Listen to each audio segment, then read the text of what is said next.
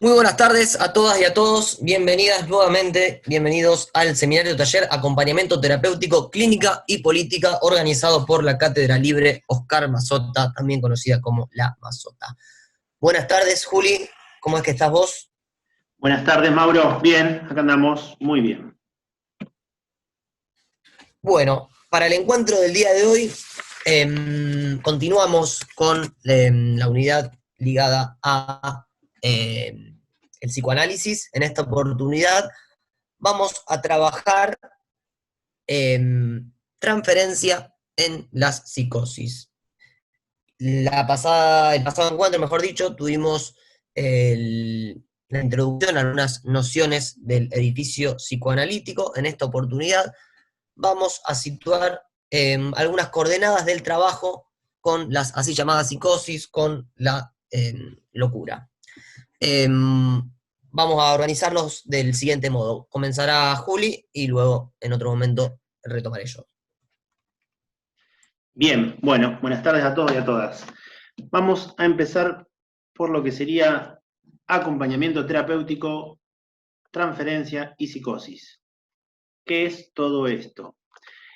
En principio lo que vamos a hacer es poder ver un poco algunas nociones que tienen que ver con lo que nosotros no sostenemos y después vamos a ver lo que sí sostenemos. Esto para poder dejar en claro, o sea, no es que el laburo o el trabajo con psicosis es un campo lícito, que está todo perfecto, sino que hay un montón de discusiones, disputas teóricas, clínicas, epistemológicas. Punto número 1, paradigma de la peligrosidad. Hace unos días, hace 4 días, si no me equivoco, hubo una entrevista en la televisión en la cual el periodista rosarino, algunos tenemos simpatías, otros no las tenemos, Luis Novarecio, entrevistó a Alejandro Dolina, un escritor, humorista, tiene un programa de radio muy interesante hace muchos años, y Dolina planteaba en esa entrevista que, citando a Bergman, que es un director de cine sueco, que la ubicación de la cámara es un problema moral. Y ahí vamos a empezar a introducirnos en esto. ¿Qué tiene que ver esto con acompañamiento terapéutico y psicosis? Mucho. En principio porque la perspectiva que encaremos una cuestión va a determinar una serie de efectos y de producciones sobre eso, digo. En este sentido, siguiendo un poco a Bergman, podemos plantear una cuestión que también viene del cine, que es que en el año 1960, otro director de cine, también muy conocido, Alfred Joseph Hitchcock, un director de cine inglés que triunfó de luego en Hollywood, lleva adelante una de las películas más famosas y más taquilleras de su vida y del cine, que fue Psicosis. Esta película en los años 60, a él lo condecora de alguna manera como una suerte de lo que se lo conoce como el maestro del suspenso, o sea, inaugura una nueva categoría en el cine que tiene que ver con el thriller o thriller, vos Mauro sabés de inglés, creo que es thriller si no me equivoco, psicológico o suspenso, las películas de suspenso. ¿Qué tiene que ver todo esto con lo que estamos elaborando nosotros? Bueno, mucho. En principio, uno de los elementos que pone a jugar Hitchcock en sus películas, que lo convierten en una cuestión novedosa, es las imágenes enfocadas desde la cercanía de quien lleva adelante las acciones, lo impredecible de ciertos acontecimientos, la música acompañada de su imprevisto, la violencia inesperada, sobre quien, por ejemplo, en la película Psicosis venía siendo la personaje principal, y una persona tímida que termina siendo un asesino. Bien, esta serie de elementos que se pueden jugar en esta película, sumado a una serie de elementos que él venía elaborando en esta línea, hacen que después esto se lleve adelante en un montón de películas de terror, de suspenso o de thriller psicológico. Ahora, bien, vamos a lo que nos interesa a nosotros. Nosotros y nosotras, ¿no? Millennials, habrá algún centennials que lo esté mirando. Millennials, todos recordaremos una escena famosa, mítica, que es la escena de la ducha, o sea, de la película Psicosis. Hay una escena en la cual hay una chica que se está bañando, y en un momento esa chica, mientras se está bañando, se lava con jabón el cuello abundantemente, lo cual es sorprendente, yo no sabía que se lavaba tanto el cuello la gente. Ve una sombra por la cortina del baño, donde aparece una persona poco disimulada, porque aparece así, con una cuchilla, vestida de mujer, o una mujer, no se sabe, la empieza a cuchillar al ruido de una música muy famosa, muy cruda, que pasó a la historia. O sea, estamos hablando de un femicidio producido por una persona que es, en esa película, planteada como loca, como psicosis, ¿no? Bueno, entonces el psicótico, en este caso, para muchas personas quedó en el imaginario que el psicótico puede llegar a ser una persona que se viste de su madre y sale a matar gente. Nos decimos, estamos ridiculizando un poco, pero digo, bueno, en líneas generales se fortalece cierto paradigma de la peligrosidad que no lo inventa Hitchcock, o sea, esto es lo que viene de antes, que lo hemos trabajado en otras clases, pero sí que vincula muy fuertemente la locura o la psicosis a la peligrosidad, al campo de la peligrosidad. O sea, cuando uno recuerda la película Psicosis, lo primero que viene, de hecho, en los flyers o en los pósters, como se decía antes, de las películas, figuraba a la mujer gritando en el baño, ¿no? Ante la cuchilla del loco. Acá es interesante pensar esto, porque dijimos que primero íbamos a ver lo que no pensamos o no estamos de acuerdo. Hay, en una sociedad tan rica como la nuestra, hay múltiples formas de discriminar a la gente. Tenemos una gran creatividad para discriminar, digo. A mí se me puede discriminar por muchos motivos. Uno puede ser por ser gordo, en este momento por lo menos.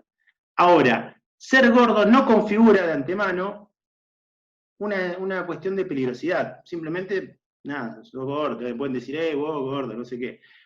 Ahora, con el caso de la locura, lo que ocurre es que, además de que hay una situación de discriminación social en cuanto a lo que se estima y se piensa sobre la locura, hay un fuerte contenido de peligrosidad. Entonces, vos ahí tenés una suerte de articulación en la cual un loco o una loca no puede circular libremente por la sociedad porque es visto, por lo menos, como peligroso. Hay un segundo punto de esto que queríamos tratar, que es el punto de la concepción deficitaria. ¿Qué significa la concepción deficitaria? Con respecto a cuando hablamos recién de la peligrosidad, digo, hay algunas frases muy conocidas como, por ejemplo, está ahí, déjalo, está solo como loco malo, por ejemplo, ¿no? No solo que está loco, está solo porque es malo. Peligrosidad, nuevamente. Ahora, cuando entramos en esta cuestión del déficit, hay una serie de figuras que circulan por el imaginario popular que todas las debemos conocer. Digo, estamos hablando de algo que es deficitario, es porque hay algo que está faltando ahí. Algunas de las frases más conocidas que acá las anoté son: le falta un tornillo, no tiene todos los patitos en fila, le faltan algunos jugadores, no tiene todos los caramelos en el frasco, por ejemplo, esa ya igual quedó vieja porque ya los caramelos no se venden en los frascos.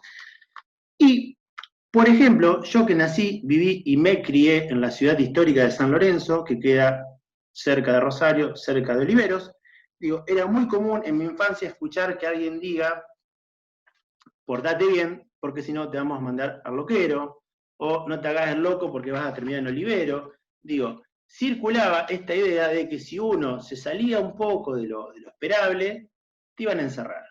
Y había un lugar muy particular que es la colonia de Oliveros. Esto circuló mucho y circula, creo, hasta el día de hoy. Bien. Entonces el manicomio ahí aparece como ese lugar donde van las personas que les falta un tornillo, no tienen todos los caramelos en el frasco, etc. Entonces agregamos una nueva característica que es la figura del déficit. Entonces uno puede pensar de esta manera, como dijimos antes, peligrosidad, déficit, como dos puntos que nosotros vamos a trabajar y a cuestionar, y venimos cuestionando bastante igual en las clases anteriores. Bien.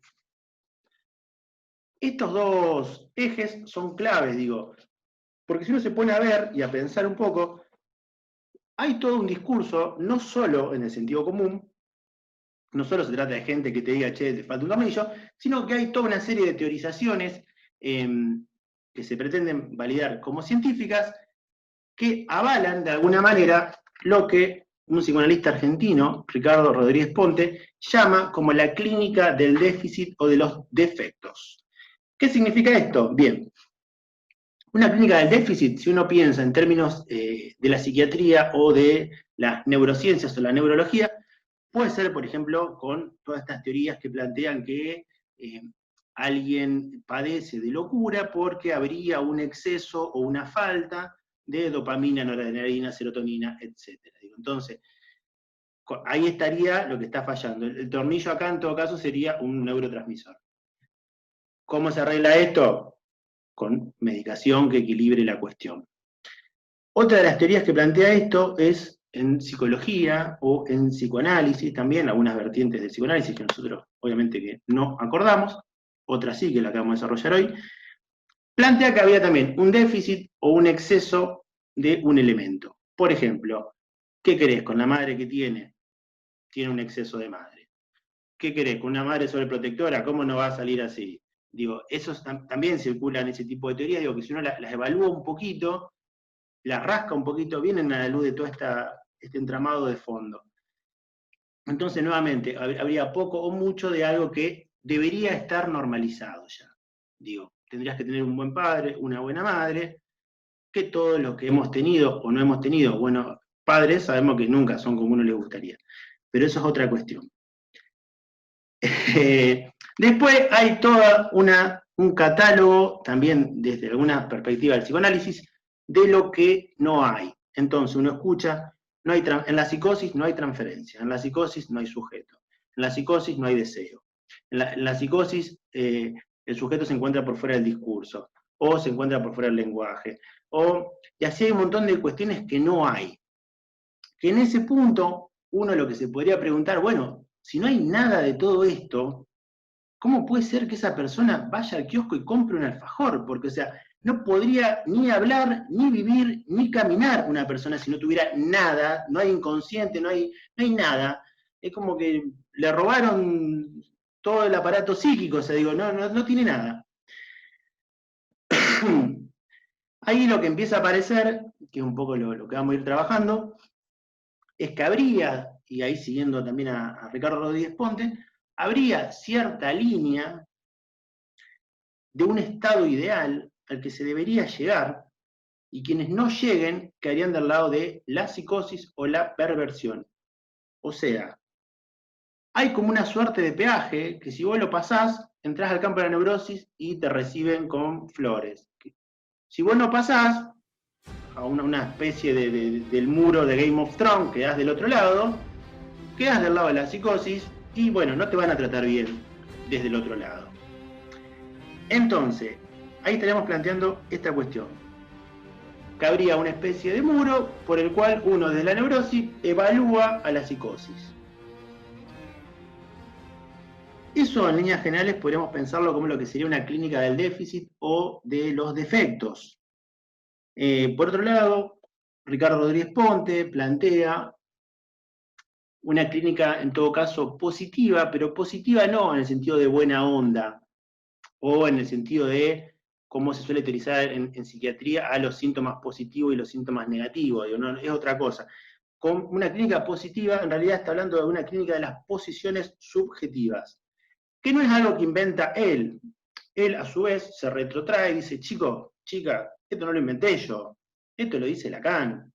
¿Quién es Lacan? Lacan es un psicoanalista francés que ha dado todo un vuelco a lo que es el psicoanálisis en la historia del mundo en sí, y plantea una serie de cuestiones muy interesantes que nosotros vamos a ir retomando, pero en líneas generales, lo que yo estoy hablando de Ricardo Rodríguez Ponte, ustedes lo van a poder encontrar en un seminario de 1998 que se llama Psicosis, la cuestión preliminar y otras cuestiones. Ricardo Rodríguez Ponte dice, esto yo lo encuentro en Lacan. ¿En dónde? Le pregunta a alguien. Y él responde, seminario La Identificación, lo que se conoce como el seminario 9. Cito el fragmento que cita Ponte de Lacan. Es hacia ahí que podemos avanzar, aunque sea la zona más velada, la más difícil de articular de nuestra experiencia, pues justamente tenemos su control en cuanto que, por unas vías que son las de nuestra experiencia, vías que recorremos los más habitualmente, las del neurótico, tenemos una estructura que de ningún modo se trata de poner así sobre el lomo de chivos expiatorios. A este nivel, el neurótico, como el perverso, como el psicótico mismo, no son sino caras de la estructura normal. Ahí empieza toda una serie de teorizaciones que va a desarrollar Ricardo Rodríguez Ponte, basadas en Lacan, en la cual plantea, vamos a decirlo resumidamente. Punto número 1. La estructura es una, digo, y esa estructura que es una es normal. Hay un texto que también de Ricardo Rodríguez Ponte, donde él trabaja la noción de estructura clínica, y él dice, en psicoanálisis, por lo menos lo que es Lacan, en ninguna parte de su obra habla de estructuras clínicas. También una noción que cuestiona Ricardo Rodríguez Ponte, pero él dice, ahora, sí hay una estructura que es constitutiva de la subjetividad. Esta estructura es una y es normal. Punto número 2. Esa estructura que es una y es normal está siempre fallada. No hay gente que está fallada y gente que no. El plantea dice, en realidad todas las estructuras están falladas y esa falla es lo que a uno le permite poner en marcha la estructura y desear y buscar y vivir. Esa estructura que se pone en marcha por medio de síntomas, dice Rodríguez Ponte, ¿no? Y ahí es ahí donde se organiza lo que no anda, que es con lo que nosotros vamos a trabajar generalmente. Ahora, ahí viene un planteo que es interesantísimo. La psicosis, para Ricardo Rodríguez Ponte, no radica en una falla relativa a una estructura no fallada. No es que la neurosis sería como la niña mimada que tiene todas las cosas y la psicosis sería la que le faltan todas las cosas. Dice, no, a ver, no hay estructura no fallada y todas son normales. Ahora dice, lo que sí pasa es que cómo alguien responde a esa falla estructural, lo va o la va a ubicar en diferentes posiciones subjetivas. Que esas diferentes posiciones subjetivas pueden ser pensadas como neurosis, psicosis y perversión para el psicoanálisis. No es como la... Bueno, no importa, pero no es en la cuestión de lo que se entiende por sentido común por perversión. Punto número 5 de lo que plantea Rodríguez Ponte. Solo hay trabajo posible en transferencia. O sea, él dice, no es que uno va a ir por la vida y va a ver un psicótico, un neurótico, un perverso. Solo se va a poner en marcha la estructura cuando uno entre en una relación transferencial con alguien y de ahí uno pueda evaluar o pensar que estamos ante una situación u otra de estas posiciones subjetivas. Continúo.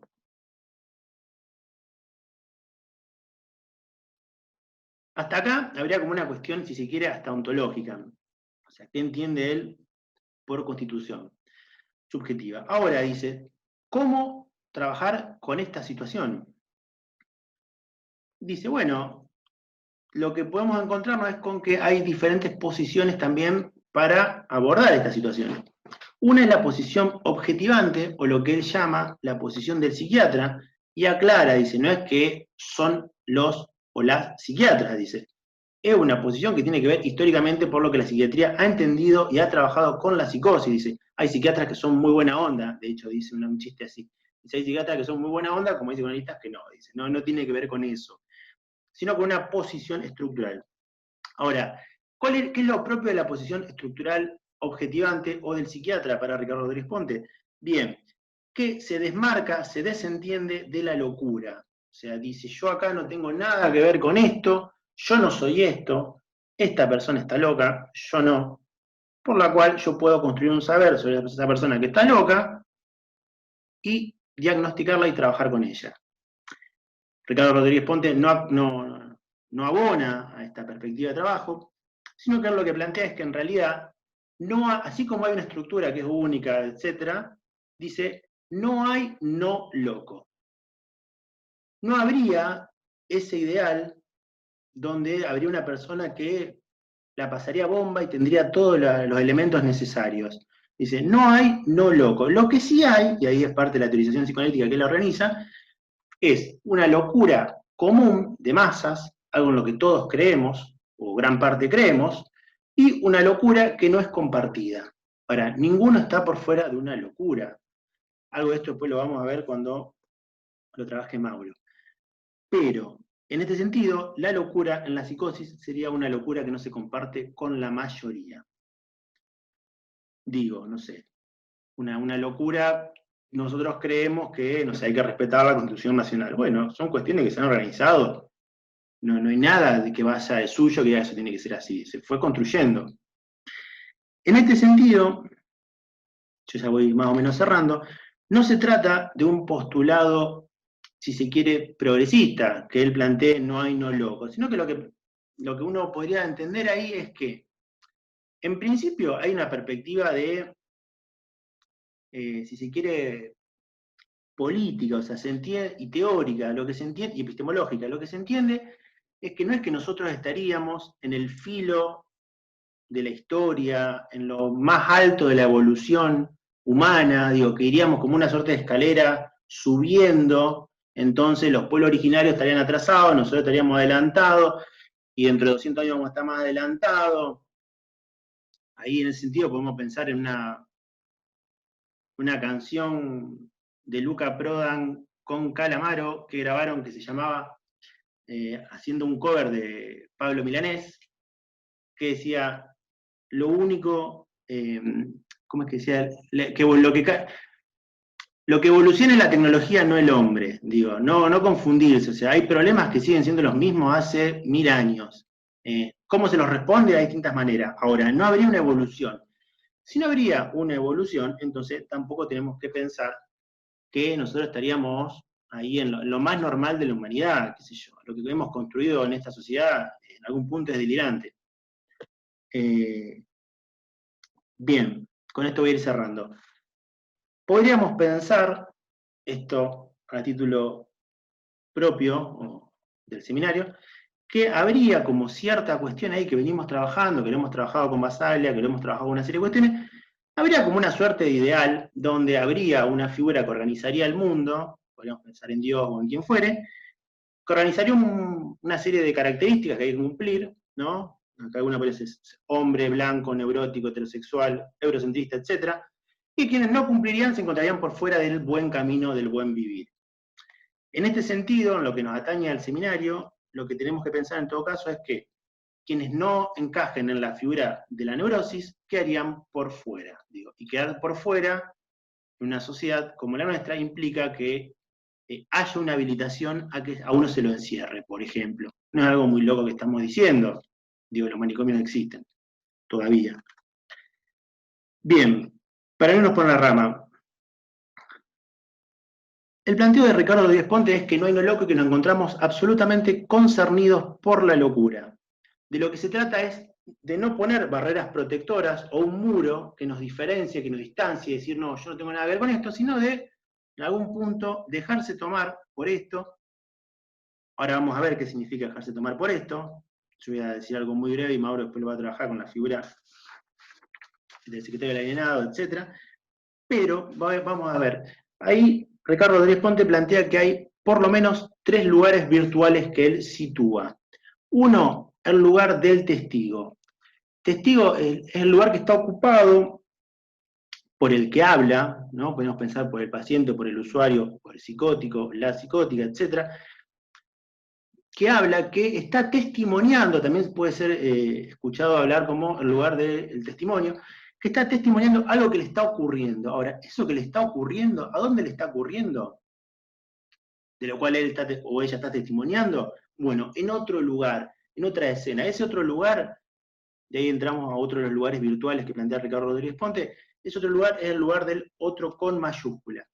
Del lugar del otro con mayúscula, que sería un lugar en el cual se remite, ¿no?, una anterioridad, una radical exterioridad lenguajera, etcétera, que tiene una serie de cuestiones del psicoanálisis, es el lugar que nos constituye. Ahora, de ese lugar, del otro con mayúscula, es donde provendrían, o provendrían, ¿está bien dicho? Sí, donde provendría una asignación de una perspectiva denigrante, de subjetivante, o sea, si bien no es un lugar bien localizado, sí se entiende que es donde vienen todas las posiciones más complicadas, digo, todo lo que por ahí uno escucha que alguien cuenta.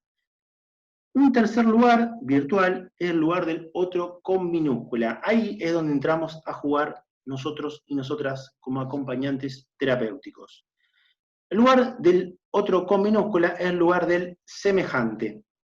O sea, es el lugar del semejante ante un testigo que habla sobre su testimonio, o sea, ante el lugar del testigo que habla de lo que proviene del lugar del otro con mayúscula. En ese sentido, nosotros, en el mejor de los casos, estaríamos organizados o pensados en esta serie de lugares virtuales que nos permitirían de algún modo trabajar. Para cerrar con esto, que ahora igual alguna de las cuestiones las va a ir desarrollando Mauro, para cerrar con esto, me gustaría citar un fragmento de Ricardo Rodríguez Pontes sobre este tema, que dice lo siguiente. La posición del analista, nosotros ahí leemos del acompañante terapéutico, podría ser, consiste siempre en ceder la posición del sujeto al hablante. Dar la palabra es someter al sujeto a la posición de ya no saber lo que dice, pero al mismo tiempo establecer para ambos, para el hablante tanto como para el oyente, la suposición de que hay una verdad en lo que el hablante dice. Esto es lo más interesante, digo, de esta perspectiva, es que cuando alguien habla, no importa cómo ha sido diagnosticado, hay una verdad en juego. No es que hay gente que posee una verdad y hay gente que dicen boludeces. Hay gente que dice boludeces, pero de otro motivo, digo, también hay una verdad en juego. Así que bueno, con esto los dejo con Mauro que continúa. Perfecto, Juli. Respecto de esto que trabaja Ricardo Rodríguez Pontes, también hay otro texto que se llama ¿Qué hacemos cuando analizamos las psicosis? Bien. Ahí trabaja los lugares virtuales, esto que nombró Juli, en donde, en el mejor de los casos, este tercer lugar, del otro con minúscula, del semejante, sería un lugar posible, ¿bien? Y esto tiene que ver ni más ni menos, digo, no es algo que se puede instaurar de por sí, ¿no? Sino justamente en clave transferencial.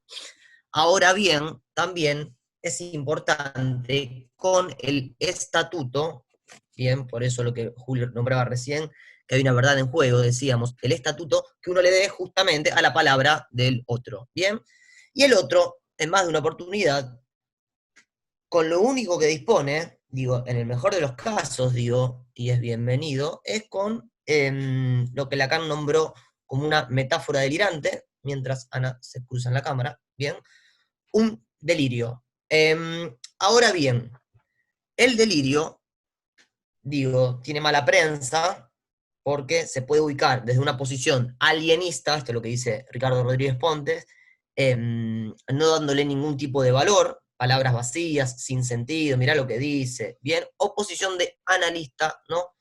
Escuchando, alojando, bien, aquello con lo que cuenta el usuario, el sujeto, el psicótico, como querramos nombrarlo, el neurótico, ¿por qué no? Porque justamente si hay algo que no es patrimonio de las llamadas psicosis es el delirio. En esto, Germán García, que escribe bastante, tiene un libro que se llama Variaciones, que está acá arriba, Variaciones sobre psicosis, ¿bien? De García, donde él retoma lo que dice Lacan de Schreber. Schreber fue nombrado presidente de la corte de Dresde, tiene un desencadenamiento, bien, y escribe una obra de más de 500 páginas que se llama Memorias de un neurópata, bien. ¿Por qué traemos esto? Porque Lacan lo que dice es que si Schreber, bien, no ubica el delirio como parte de la realidad, o sea, no se va a tomar el trabajo de escribir 500 páginas si esa experiencia que él vive sería compartida por todos, ¿no? No sería necesario. Justamente como él ubica que su experiencia es única, se toma el trabajo de hacerles saber, y ahí aparece la cuestión de testimoniar, por eso es muy importante esto, digo, de hacer saber lo que le pasaba a la humanidad, ¿bien? García tiene una palabra que me parece interesante, que va en esta dirección de lo que trae Juli, en el posicionamiento en el que nosotros nos situamos, que no tiene absolutamente nada que ver con una posición deficitaria de la psicosis para enaltecer a las neurosis, ¿no? García, en ese sentido, dice, vemos que la única diferencia que tiene Schreber, Daniel Paul, el que hablábamos, con un neurótico, es que el neurótico delira, pero lo hace con algo con lo que todos deliran. ¿Con qué? Con su familia. Como todos deliramos con lo mismo, no se puede decir, mirá cómo delira este. A nuestras historias emocionantes, Freud las llamó la novela familiar del neurótico.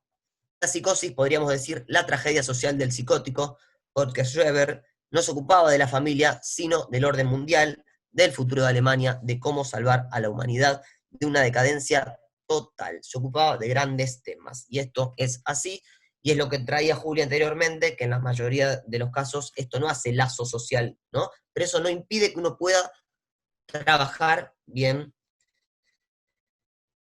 en este tipo de situaciones. A partir de ahí, vamos a trabajar distintas figuras, la palabra del otro, y para ir puliendo un lugar para nosotros como acompañantes. La primera figura que aparece es en el año 1955-1956, cuando Lacan dicta el seminario que más tarde tradujeron bajo el nombre de Las Psicosis. Allí trabaja la figura de secretario del alienado. ¿Qué es un secretario? El secretario es aquel que escribe actas, bien, al pie de la letra de lo que escuche, redacta correspondencias, almacena secretos, bien. Es la figura que pone a jugar Lacan en ese seminario. Nos pusimos a rastrear, nos pusimos a investigar, bueno, para darle un poco más de consistencia al lugar del secretario, y es en el texto la palabra confiscada, el secretario de Italia de los siglos XVI y XVII, de Miguel Blanc Sánchez, bien, perteneciente a la revista Litoral, La función del secretario, si acá se ve, es una revista de la Escuela Lacaniana de Psicoanálisis, bien, que ahí sitúa la autora que la palabra secretario en su etimología tiene que ver con el secreto, bien, y que a su vez el secretario, bien, siempre escribe para otro, y este para otro es en dos niveles. Escribe en lugar de y para el otro, ¿no? Después, bueno, se adentra en la historia de Roma, y ahí aparece una figura previa a la del secretario, conocida como liberto empleado en los asuntos confidenciales. ¿Por qué hacemos hincapié en esto? Porque a partir de esta definición podemos rastrear qué implica el acto de ser secretario o secretaria. El secretario es un liberto, es decir, un esclavo que se le ha otorgado la libertad. Ya aparece acá una cuestión de jerarquía, en donde hay dos lugares, un amo, bien, y por el otro un servidor, ¿no? Esta estructura es dual, es decir, uno no puede ser secretario de sí mismo, por eso es la importancia que haya otro, y que uno se erija en esa función, bien, en la que lo único que tiene que hacer es respetar los secretos, las confidencias, las notas, la palabra del otro.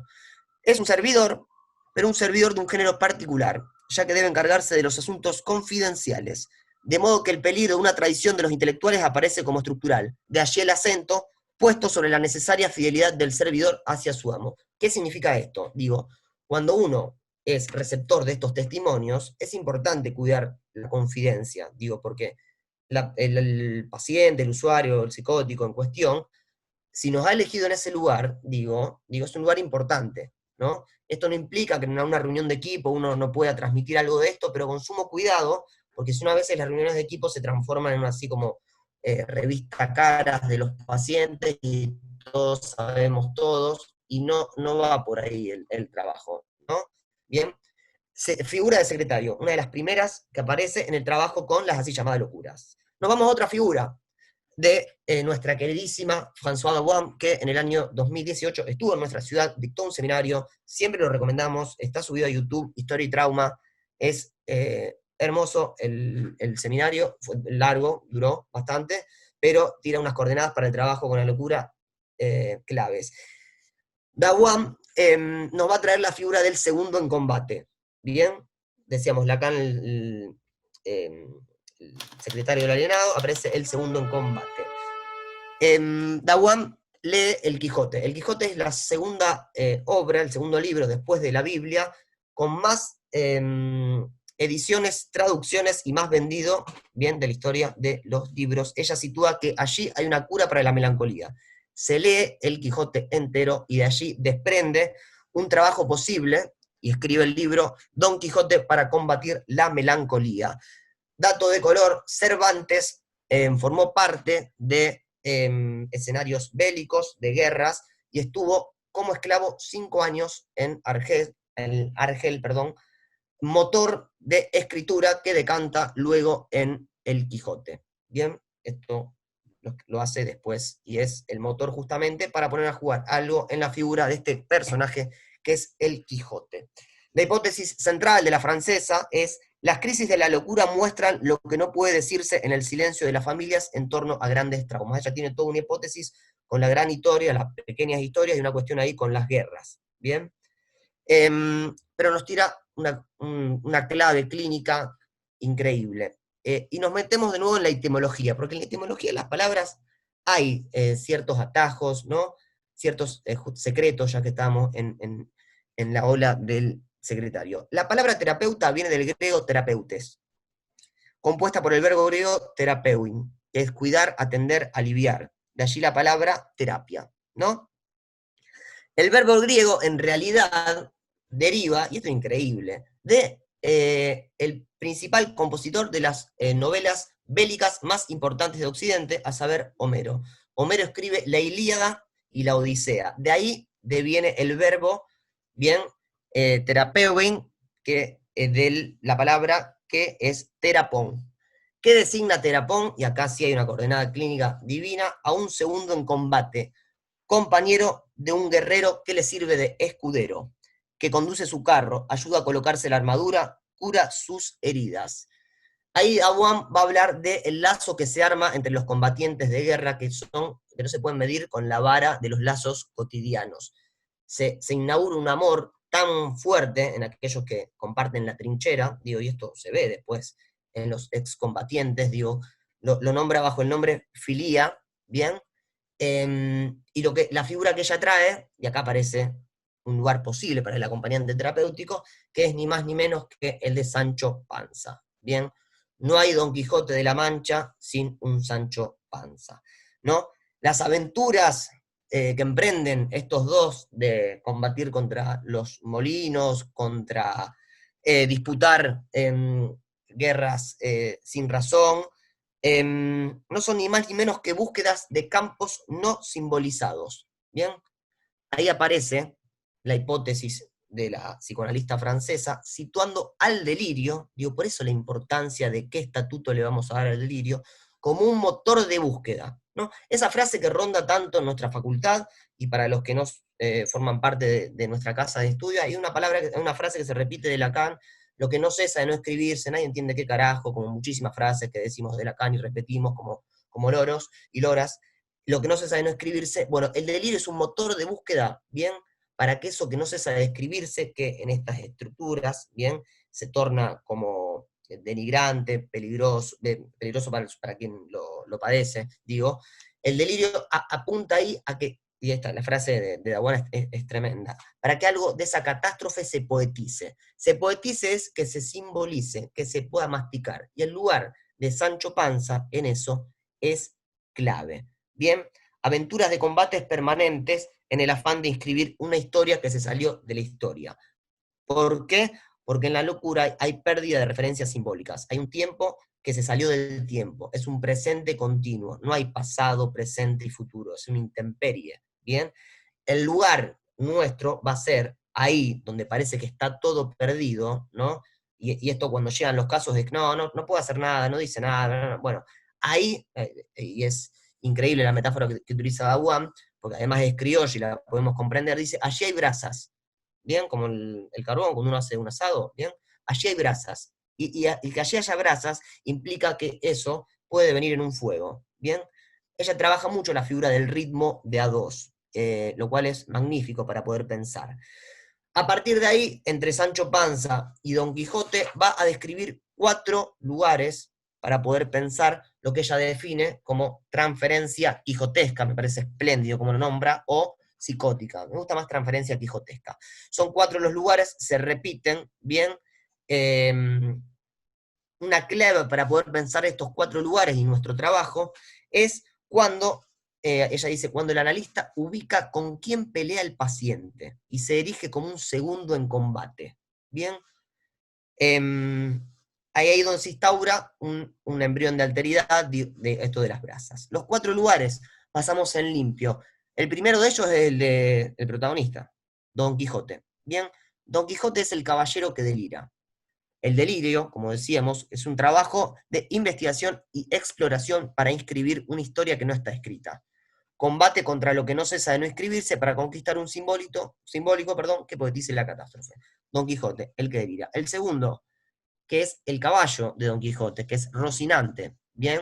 Que es ni más ni menos, y acá aparece, la transferencia quijotesca, ¿bien? Hay un lugar, es dinámica, por supuesto, a veces en una velocidad eh, que ronda así más la cuestión de lo errático, si se quiere, pero por momentos Centauro Jadeante dice que es el caballero con su caballo en uno, que donde el caballero indica, el caballo se moviliza, es dinámica. Bien. El tercero, el lugar, que en el mejor de los casos lo podemos ocupar nosotras y nosotros, Sancho Panza. El segundo en combate, terapón, terapéutico acompañante. Bien, y acá aparece algo que es clave, y es para pensar el lugar de secretario del alienado, que tiene que ver con el sí. Cuando uno afirma, es una afirmación, sí. Doy por cierto lo que usted me dice. Es un sí, bien, no de credulidad, no, de palabra de buena fe. Confío en usted, bien. Doy fe de lo que usted testimonia es cierto. Nosotros no estamos ahí para ocupar un rol policial de que si aquello que trae el sujeto es cierto o condice con la realidad o no condice. Nosotros estamos ahí para alojar este testimonio, ¿bien? Que es el mismo sí del secretario, ¿bien? Y veremos más adelante, cuando por ejemplo trabajemos con el acompañamiento terapéutico en niñas y niños, ¿bien? Es el mismo sí que reafirma la condición de juego, no se hace que se juega en serio, ¿bien? Es dejarse tomar por esa transferencia, sí, ¿bien? Lo cual nos dirige en este lugar de escudero de segundo en combate. Y el cuarto lugar es Dulcinea, ¿bien? Que es una instancia femenina que no existe corporalmente. Es una instancia de discurso en que el combate permanente entre el sujeto y los monstruos que lo atormenta puede entrar así en el intercambio, ¿bien? Es la novia, es la mujer o la madrina a quienes no se conoce, son las fotos que se encuentran de los combatientes fallecidos en combate, en sus ropajes, ¿bien? Es un lugar de resonancia para armónicos todavía no oídos. Es maravilloso, como lo define, para enunciar el lugar de paz y alianza donde la historia impensada intentará poco a poco inscribirse. Puede ser la patria, es un lugar de descanso. ¿Bien? Y esto es clave poder situarlo, porque ahí justamente, en compañía de Sancho Panza, el Quijote puede bajar las armas y descansar. ¿Bien? Y es clave, porque este tiempo salido del tiempo empieza a tener un lugar, pasado, presente y futuro. ¿No? Pasamos a nuestro gran amigo Marcelo Persia, ¿bien? Una nueva noticia, ¿bien? Sino lo que él trabaja en este libro, conocido como Demasiadas locuras y normalidades, ¿bien? Hace poco sacó otro, pero este es muy bonito. Decía, no plantea una nosología nueva, no, sino que el planteo de Persia, él estuvo en las jornadas de la Mazota en más de una oportunidad, en una de las últimas, él señala que de lo que se trata no es de inventar palabras raras, ¿no? Sino de pensar nuevas palabras, digo, para darle lugar, para invitar a que advengan otras ideas. ¿Bien? Demasiadas locuras, normalidades. Él señala que él habla del capital, ¿no? Se apodera de todas nuestras palabras, de nuestros modos de hablar, entonces de lo que se trata es de poder decir con nuevas palabras, ¿no? Captar estas otras ideas que están dando vueltas y que las viejas conceptos de las teorías ya los encuentran sentidos cristalizados y se pierde algo de esa efervescencia, de ese fuego, ¿no? Que cuando se institucionalizan estos conceptos se pierde, ¿no? Esa potencia, que entonces hay una propuesta nueva, ¿no?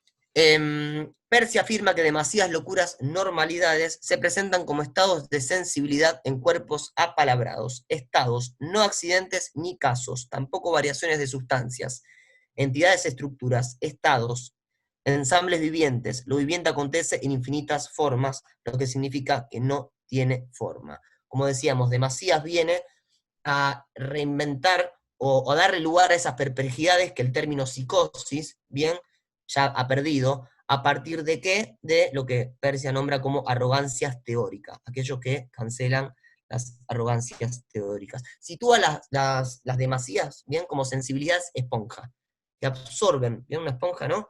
Como una esponja en el medio de un océano, y que puede absorber todo eso. Dice que estos cuerpos, de no estar mediados por el lenguaje, estallarían, y que más de una oportunidad estos cuerpos, a pesar de estar atravesados por el lenguaje, estallan. Bien, explica que las demasías alojan desmesuras. Bien, y acá tiene una clave que tiene que ver con el trabajo nuestro, ¿no? Respecto del diagnóstico, ¿no? O el problema de lo que él nombra así, de la diagnosis, que no siempre se trata de tornar conocido lo que es desconocido.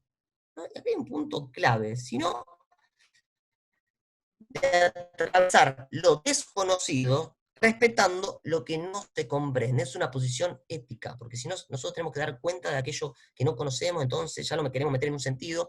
A veces el trabajo, o la mayoría de las veces, mejor dicho, justamente es soportar el desconocimiento. Pero soportar ese desconocimiento no es ni más ni menos que alojar la palabra del otro, el lirio, o lo que traiga, ¿no? Demasías no demandan métodos de conocimiento, sino confianzas que acojan sentidos que desconocen. Es lo que decíamos en la clase que elaboramos Boneil, ¿no? Que las psicosis no necesitan ser curadas como, sino más bien ser alojadas. Es lo mismo dicho de otro modo, ¿bien? Confianzas que acojan sentidos es un segundo en combate, es un secretario del alienado, es un terapéutico acompañante, es alguien que está ahí, bien, para alojar esto que trae el otro, ¿no? Y ahí llegamos, tomando el gesto de Marcelo Persia, invitándonos a que podamos pensar con nuevas palabras algo de la práctica para que estas ideas que están dando vuelta sean capturadas, bien, y correr la cristalización de los cuerpos teóricos, ¿no? Nos permitimos pensar con mi amigo, compañero, socio, Juli, algunas categorías en lo que respecta a nuestro trabajo como acompañantes terapéuticos en un dispositivo que llevamos adelante, que lleva por nombre Club 13, Asociación Libre y Gratuita, bien, en un centro de salud de nuestra ciudad, que lo vamos a contar en algún momento del seminario, pero decirles que allí trabajamos, bien, con la comunidad en general, con los usuarios de salud mental del barrio, ¿no? Y a partir de ahí nos pusimos a pensar y dijimos, bueno, por supuesto, la figura del secretario del alienado es clave, la figura del segundo en combate es clave, la cuestión de atravesar lo que no se conoce, pero pudiendo respetarlo, es clave, y la invitación que hace Persia a poder nombrar con otras palabras algo que acontece allí, nos lleva a pensar, bueno, esto lo llevamos adelante, sí, pero ¿es suficiente? Y no. En más de una oportunidad hemos definido al club como una Bonneuil Submerge, pero que en vez de estar en París, está en Roullon y Segui. Y que allí hacemos covers psicoanalíticos. Ya lo vamos a presentar, como dije hace muy poquito. Ahora bien, la cuestión de estos covers psicoanalíticos de referentes locales, nacionales o internacionales, bien, un tiempo después nos llevó a darnos cuenta que nosotros no somos los protagonistas ahí, y que lo importante es que si hay una Bonneuil en Roullon y Segui, y acá tomamos la metáfora, es porque hay muchos más Pierres, bien, muchos más, ¿se acuerdan del caso Pierre? Que Maud Manoni, bien, entonces ahí pensamos en qué lugar tenemos nosotros en todo esto. Y se nos viene a la cabeza la figura de el plomo, ¿bien? ¿Vieron el plomo de la figura de la música, del rock, de aquel que carga equipos? Bueno, y nos pusimos así medio François Douin y describimos también 4 axiomas, ¿bien? El plomo de las bandas, ¿bien? Ya que decimos que hacemos tributo de bandas psicoanalíticas, el plomo de las bandas es aquel que trabaja para propiciar una escena donde el artista pueda desenvolverse lo más cómodo posible. Como decíamos recién, es también quien carga equipos y cajas y quien tiene conocimientos sobre la técnica y quien está al pie del cañón frente a cualquier eventualidad arriba o abajo del escenario, ¿no? Entonces, vamos a tratar de ir desarmando estos 4 axiomas para entender más o menos nuestro trabajo en este lugar con los socios y las socias, que son los principales protagonistas y artistas de esto que nombramos. El club, si funciona en el Salón de Usos Múltiples del Centro de Salud número 13, tiene esta cuestión de que se arma y se desarma. Entonces, desarmamos los tablones, armamos la mesa de ping-pong, ponemos el mate, ponemos las tazas, las galletitas, bien. Esto, por supuesto, lo hacemos con el resto de socias y socios. Ahora bien, digo, poder situar este primer lugar como un soporte, alguien que empuja, alguien que pone uno, che, bueno, vamos a armar esto y que se puedan sumar, digo, hasta que eso después cobre un valor de autonomía, digo, pero en un primer momento, digo, uno tiene que poner algo de esto, y ahí ya tenemos el axioma. El plomo de las bandas es aquel que trabaja para propiciar una escena donde el artista puede desenvolverse lo más cómodo posible. Se transforma un lugar donde hay kinesiología el día anterior en un club. Y esto es así, se transforma en un club con esto que ponemos a jugar. Vamos a la segunda, es también quien carga equipos y cajas. Si se trata de cargar y descargar, no, se trata de poner el cuerpo. Muchas operaciones de las socias y los socios pasan por el cuerpo de nosotros. ¿Y esto qué implica? Un abrazo, un choque los 5, que en realidad es un golpe medio disfrazado, ¿no? Uno levanta al otro o lo aprieta, digo, ¿no? Le puede donar alguna palabra para algún momento u otro, o sacar una foto para capturar esa imagen que después se inmortalice en un recuerdo. Ponemos el cuerpo, y ya no es un cuerpo, ya son 2 cuerpos, ya son 3 cuerpos, ¿no? Que comparten una melodía. Dawan dice que el psicoanálisis de la locura es poder cantar una canción. El himno nacional del Club 13 es Nunca me faltes, de Antonio Ríos. Bien, hay un video que hace poco, unos 3 años, que lo tiene de fondo, y es un canto, bien, que en un momento de la ciudad se enarbola y ahí ya aparece un ritmo con otros. Bien, tercer axioma, tiene conocimientos sobre la técnica. Acá tenemos la cuestión de los conocimientos por la vía del saber y la técnica. A ver, está esta frase conocida de Lacan en Función y Campo de la Palabra: mejor pues quien renuncie, quien no puede unir a su horizonte la subjetividad de su época. Respecto a esto, ¿qué queremos decir? Que cierto conocimiento de la cultura en la que estamos inmersos, bien, hay que tener. Lo que sí estamos advertidos es que nosotros no sabemos nada de este otro con mayúscula que nombró Julia anteriormente, que lo dejaría en un lugar de objeto, bien, al usuario, al socio, al psicótico. Entonces podemos saber o no saber, porque hay 1000 cosas que no sabemos, pero no sabemos de eso que le concierne, bien, y que nos arrojaría a lugares indeseados. Bien, respecto de la técnica, es la técnica psicoanalítica. Esto no hay muchas vueltas, y para ello la formación. Esto es así, la formación, la supervisión, el análisis personal, el trabajo con otros. El seminario este es un claro ejemplo de formación en clave clínica, política, psicoanalítica, etcétera, etcétera, etcétera, etcétera. Finalmente nos adentramos de estar al pie del cañón, arriba o abajo del escenario. Bueno, para no ser mucho más extensos, es de acompañar al socio artista en su relación con el escenario, es decir, con la escena. Bien, oficiar de soporte para que pueda habitarlo lo más amable posible, donde en más de una oportunidad eso, más que un escenario, es una verdadera pesadilla. A veces hay pasajes al acto que lo arrojan por fuera de ese escenario, y lo que se trata es de acompañarlo paso a paso, tomando el tiempo necesario, bien, para que de a poco pueda ir retomando y cantando alguna que otra balada, bien, y de este modo habitar el nuevo escenario, bien. Finalmente, plomo de la transferencia nos conduce a la actividad de la pesca, y más específicamente a la plomada, bien. La plomada de la transferencia, plomos de la transferencia. ¿En qué sentido? La plomada es que cae sobre un peso, ¿bien? Donde va la carnada, y eso permite al anzuelo descender en las profundidades del agua, digo. Entonces, si somos plomos de la transferencia, hay algo ahí que permite anclar, ¿no? Que oficia de soporte. Si eso desciende es porque puede ascender, y si asciende y desciende son coordenadas simbólicas, y es lo que Dawan trabaja bien en esto de la pérdida de las referencias simbólicas. Si hay una arriba, si hay una abajo, empieza a configurarse este embrión de alteridad, bien, poniendo a jugar esta cuestión de soporte, de plomo, bien. Y en una de esas poder pescar Bien, un sentido nuevo en el mejor de los casos, en otro escenario un poco más amable. Bien, bueno, hicimos un recorrido por la concepción deficitaria, arrancamos por Hitchcock y la mala prensa, pasando por Ponte, que toma Lush, que toma a Lacan, pasamos por Dawan, por Marcelo Persia, y terminamos en el Club 13, dando cuenta de algo del trabajo con las así llamadas locuras, o demasías, o psicosis. Bien. Em, Hasta aquí en este encuentro. No sé si hay que agregar algo más, Juli.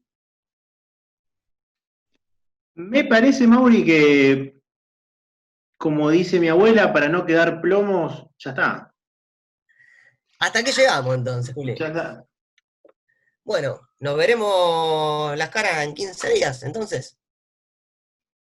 Bueno, les dejamos un gran saludo a todas y a todas. Muchas gracias por su atención. Hasta pronto. Un beso. Nos vemos. Chau, chau.